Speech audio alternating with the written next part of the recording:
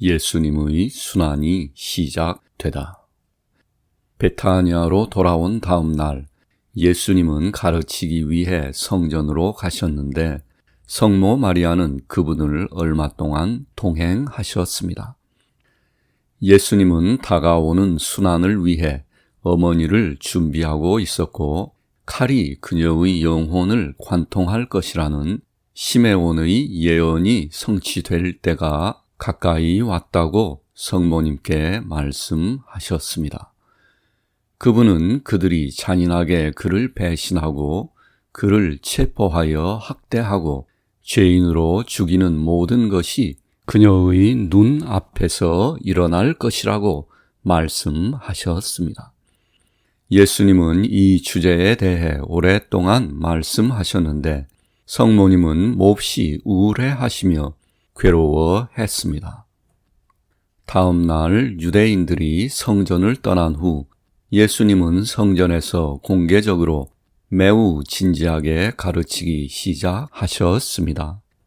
사도들은 모두 예루살렘에 있었지만 각자 다른 방향으로 서로 떨어져 성전에 갔습니다. 예수님은 그분이 12살 되던 해에 말씀하셨던 원형 홀에서 가르치셨습니다. 청중을 위해 의자와 계단을 가져왔고 매우 많은 사람들이 모였습니다. 적절히 말하면 예수님의 순환은 이제 시작되었습니다. 왜냐하면 그분은 삐뚤어진 인류에 대한 비통한 슬픔으로 내적인 순교를 겪고 계셨기 때문입니다. 이날과 이튿날 예수님은 그분이 아기였을 때 성모 마리아가 그분을 성전에 봉헌하기 위해 왔을 때 묵으셨던 베들레헴 성문 밖 그 집에서 머물렀습니다. 예수님은 베드로와 야고보, 요한과 동행해서 성전으로 가셨고 나머지 사도들은 각자 왔습니다. 사도들과 제자들은 베타니아에서 라자로와 함께 머물렀습니다. 예수님은 다음 날 아침부터 정오까지 바리새인들이 참석한 가운데 군중을 가르치신 후 베타니아로 돌아와서 다시 다가오는 그분의 순환에 대해 성모 마리아와 말씀을 나누셨습니다. 그분들은 집 안뜰의 열린 정자에 서서 이야기했습니다. 아리마대의 요셉, 시메온의 아들들, 그리고 다른 비밀 제자들은 예수님이 설교하실 때 성전에 공개적으로 나타나지 않았습니다. 하지만 제자들은 바리새인들이 참석하지 않았을 때에는 멀리서 예수님의 말씀을 들었습니다. 이날의 가르침에서 예수님은 잡초가 자란 밭의 비유를 반복하셨습니다. 예수님은 좋은 곡식이 잡초와 함께 뿌리 뽑히지 않고 익을 수 있도록 조심스럽게 일해야 한다고 말씀하셨습니다. 예수님은 이 진리를 바리새인들에게 너무나 놀라운 말로 제시하셨기 때문에 그들은 비록 겉으로는 분노했지만 속으로는 만족해 했습니다. 예수님은 이날 밤 늦게까지 가르치셨는데 설교하실 때 폭력적인 몸짓을 하지는 않았지만 때로는 이쪽으로 때로는 저쪽으로 등을 돌리며 자신이 세 부류의 사람들을 위해 왔다고 말씀하시면서 상징적으로 성전의 세 면을 향하여 돌아서셨습니다. 예수님은 이 이전에 성전으로 오는 길에 사도들에게 그분이 그들에게서 떠나면 정오에 그분을 찾아야 한다고 말씀하셨는데 항상 대담한 베드로는 정오에라는 것이 무슨 뜻인지 물었습니다. 그때 나는 예수님께서 이렇게 말씀하시는 것을 들었습니다. 정오에는 태양이 우리의 바로 위에 있고 그림자가 없다. 아침과 저녁에는 그림자가 빛을 따르고 한밤중에는 어두움이 우세하다. 그러므로 완전한 정오의 빛 속에서 나를 찾아라. 그림자가 그 빛을 가리지 않는다면 너의 마음 속에서 나를 발견할 것이다. 유다인들은 훨씬 더 무례해졌습니다. 그들은 그분 의자 주변의 난간을 닫았고 심지어 의자 자체를 걸어 잠갔습니다. 그러나 예수님이 제자들과 함께 다시 홀에 들어오시면서 난간을 붙잡자 그것이 저절로 열렸고 그분이 손을 대자 의자가 풀렸습니다. 나는 세례자 요한의 많은 제자들과 예수님의 일부 비밀 제자들도 참석했는데 그분이 요한에 대해서 말씀하시며 그들이 그에 대해 어떻게 생각하고 또 자신에 대해 어떻게 생각하는지 물으시면서 가르치기 시작하시는 것을 기억합니다. 그분은 그들이 자신들을 담대하게 선언하기를 원했지만 그들은 말을 하는 것을 두려워했습니다. 그는 이 가르침에서 아버지와 두 아들의 비유를 소개했습니다. 부모는 아들에게 특정한 밭을 파고 잡초를 뽑도록 지시했습니다.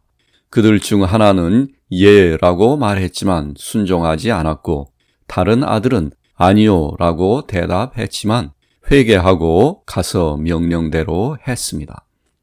예수님은 이 비유에 오래 머무르셨는데 나중에 예루살렘에 정식으로 입성하신 후 다시 그것에 대해 가르치셨습니다. 다음 날 예수님께서 베타니아에서 성전으로 가실 때 제자들이 그분께서 설교하실 장소를 준비하기 위해 먼저 갔는데 눈먼 사람이 길에서 그를 따라와 외치며 그를 치료해 달라고 간청했지만 예수님은 그를 지나가셨습니다. 제자들이 이것에 만족해 하지 않자 예수님은 설교 중에 그 사건을 언급하며 자신이 그와 같이 한 이유를 설명하셨습니다. 그 사람은 육체의 눈보다 영혼이 더 눈멀었다는 그분의 말씀은 매우 진지했습니다. 예수님은 현재 그곳에 참석한 사람들 중에 그를 믿지 않고 단지 호기심으로 쫓아다니는 사람들이 많이 있다고 말씀했습니다. 그들은 중대한 시련의 때가 오면 그분을 버릴 것입니다. 그들은 육신의 빵을 먹이면 그분을 따르지만 그것이 끝나면 다른 방향으로 흩어지는 자들과 같습니다. 그분은 거기 참석한 사람들은 이제 결정해야 한다고 말씀하셨는데 나는 이 설교에서 많은 사람들이 떠나가는 것을 보았고 주님 주위에 남아있는 사람은 몇백 명에 불과했습니다. 나는 그분이 베타니아로 돌아오실 때에 버리고 간 사람들 때문에 우시는 것을 보았습니다. 이튿날 저녁 무렵 예수님께서는 베타니아를 떠나 성전으로 가셨습니다. 그는 6명의 사도들과 동행했고 그들은 예수님의 뒤를 따라 걸었습니다. 그는 홀에 들어서자 자리를 손수 질서 있게 정돈하셨습니다. 다음 안식일에는 예수님께서 아침부터 저녁까지 성전에서 가르치셨는데 그중 일부는 사도들과 제자들만 참석한 가운데 은밀한 곳에서 다른 때에는 바리새인과 다른 유다인들이 그분의 말씀을 들을 수 있도록 홀에서 가르치셨습니다. 예수님은 사도들과 제자들에게 미래에 그들에게 일어날 많은 일들을 일반적인 말로 예언하셨습니다. 그분은 오직 정오에 잠시 멈추신 후 간음한 미덕에 대해, 자기 사랑과 탐욕이 섞인 사랑에 대해, 허영이 섞인 겸손에 대해, 그리고 죄악이 얼마나 쉽게 모든 것에 스며드는지 보여주셨습니다. 그분은 많은 사람들이 그것을 지상의 왕국으로 믿었다고 말씀하시며 그들이 썩어 없어지는 보물을 쌓는 것을 금지하시며 탐욕에 대해 강렬하게 비난했습니다. 예수님은 또한 고행, 기도, 금식, 그리고 이 거룩한 행위에 많은 영향을 미치는 위선에 대해 말씀하셨습니다. 여기에서 그분은 1년 전 제자들이 밀 이삭을 땄을 때 바리새인들이 제자들에게 분노한 것을 언급하셨습니다. 그분은 많은 이전의 가르침을 반복하여 설명했습니다. 그분은 그동안 제자들의 행실을 칭찬하시고 그분과 동행한 사람들에 대해 언급하시고 그들의 신중함과 온순함을 칭찬하시고 그들과 함께한 여행이 평화로 이루어진 것에 대해 회상하시며 많은 감정으로 말씀하셨습니다. 그런 다음 예수님은 임박한 사명의 성취, 십자가의 순환과 자신의 끝이 신속하게 오고 있음을 언급하시며 그 전에 자신이 예루살렘에 정식으로 입성할 것임을 말씀하셨습니다. 그분은 자신이 받게 될 무자비한 형벌에 대해 암시하시며 신성한 정의를 충족시키기 위해서는 고통을 받아야 하되 극심한 고통을 받아야 한다고 말씀하셨습니다. 그분은 축복받은 어머니 마리아에 대해 말씀하시면서 그녀도 그와 함께 고통을 겪을 것이며 어떤 방식으로 그것이 이루어질지 말씀하셨습니다. 그분은 인류의 깊은 타락과 죄를 드러내시며 그분의 순환이 없이는 어떤 사람도 의로움을 얻을 수 없다고 설명했습니다. 유다인들은 예수님께서 자신의 고통과 죄에 대한 고통의 능력에 대해 말씀하실 때 몰려와서 조롱했고 그들 중 일부는 예수님을 감시하도록 그들을 시킨 폭도들에게 보고하기 위해 그곳을 떠났습니다. 그러나 예수님은 자신을 따르는 자들에게 그분의 때가 아직 오지 않았으므로 걱정하지 말 것과 이것도 또한 그분의 순환의 일부라고 말씀하셨습니다. 이 가르침에서 예수님은 특별히 이름을 말하지 않았지만 최후의 만찬을 먹을 방, 후에 성령을 받을 방에 대한 암시를 하셨습니다. 그분은 그들이 그곳에 모이는 것과 그들에게 힘을 주고 생명을 주는 그분 자신이 영원히 그들과 함께 하실 음식을 취하는 것에 대해 말씀하셨습니다. 그분의 비밀 제자들, 시메온의 아들들과 다른 사람들에 대한 언급도 있었습니다. 그분은 공개된 제자들 앞에서 그들을 용서하시며 필요에 따라 주의하도록 지시하셨습니다. 왜냐하면 그들에게는 다른 소명이 있기 때문입니다. 사도들과 제자들만이 주위에 있을 때 예수님은 자신이 아버지께로 돌아간 후에 일어날 많은 일들에 대해 말씀하셨습니다. 예수님은 베드로에게 그가 많은 고통을 받을 것이지만 두려워하지 말 것과 놀랍도록 성장할 공동체, 교회의 머리에 굳건히 서야 할 것과 3년 동안 요한과 소 야고보와 함께 예루살렘에 머물러 있어야 할 것을 말씀하셨습니다.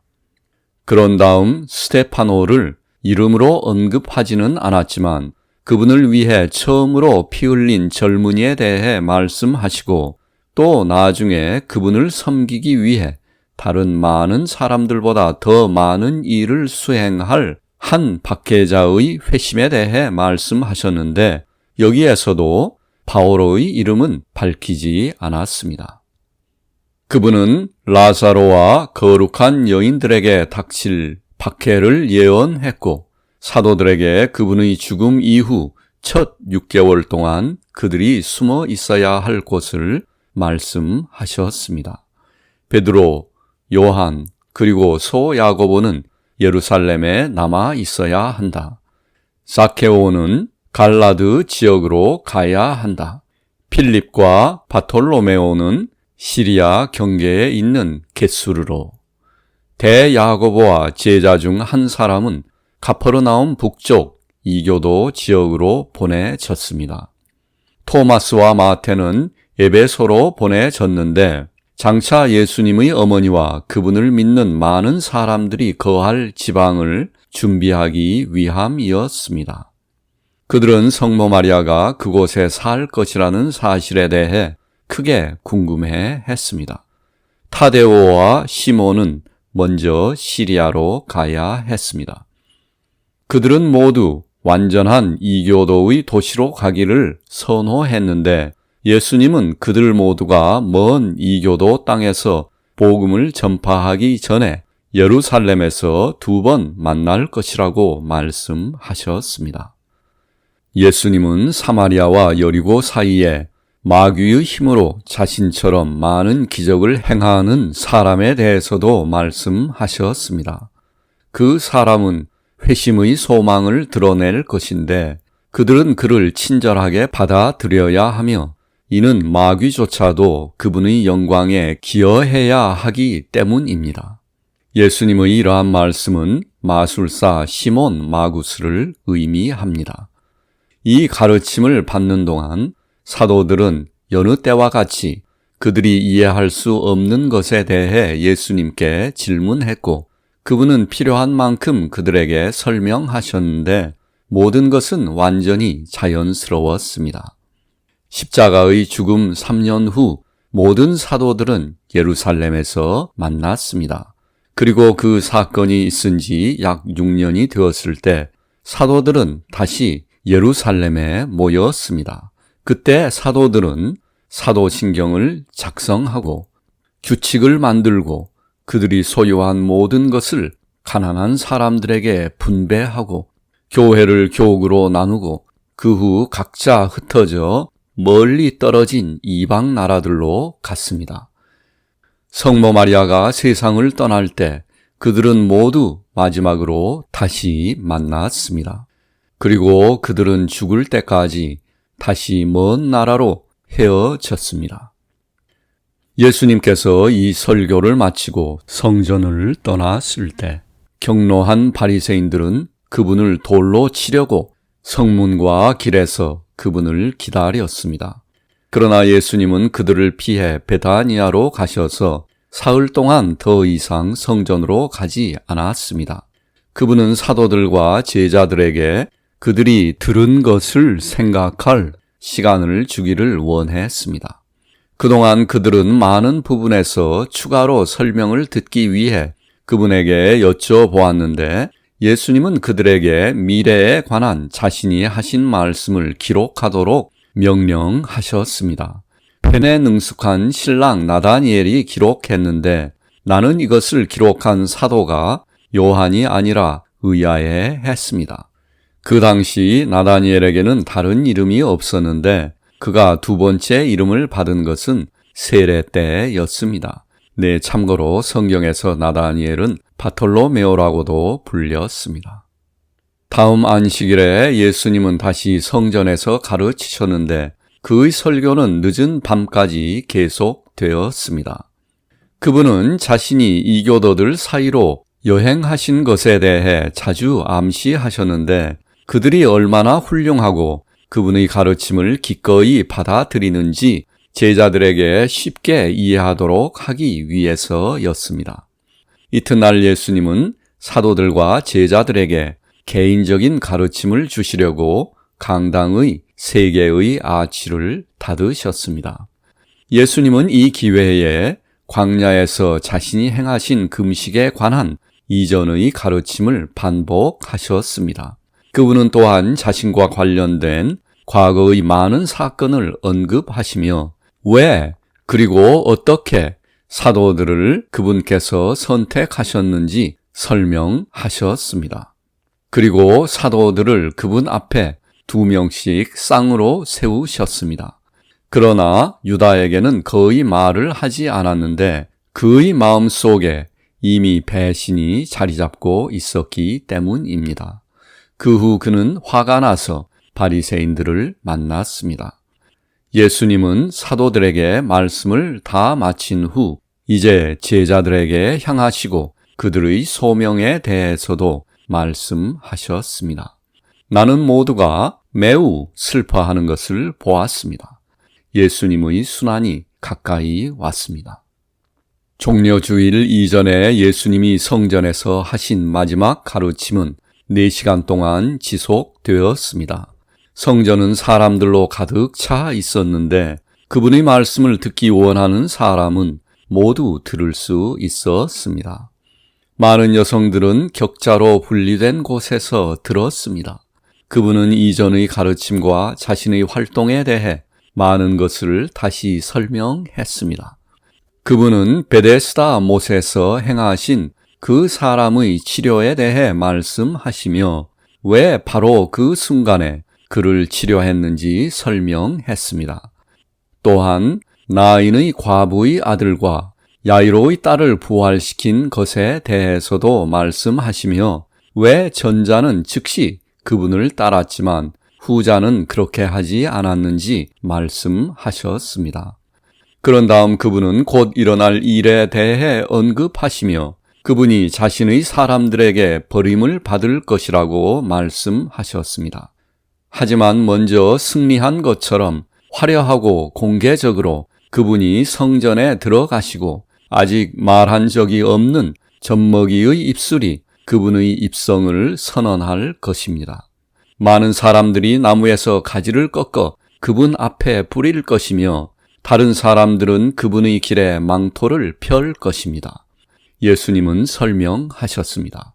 그분 앞에 가지를 뿌린 사람들은 그분을 위해 그들이 소유한 것을 포기하지 않을 것이며 그분께 충실하지 않을 것이다. 그러나 그분의 길에 옷을 펴는 사람들은 자신이 소유한 것에서 벗어나 새 사람을 입고 그분께 충실할 것이다.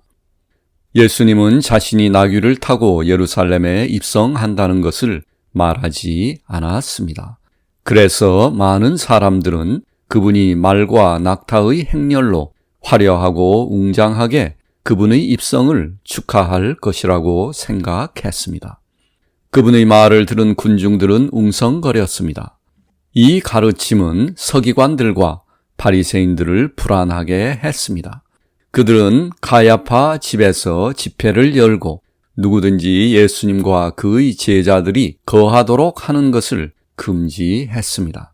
그들은 또한 그분을 감시하기 위해 성문에 정탐꾼을 세웠지만 그분은 라자로와 함께 베타니아에 은둔해 계셨습니다.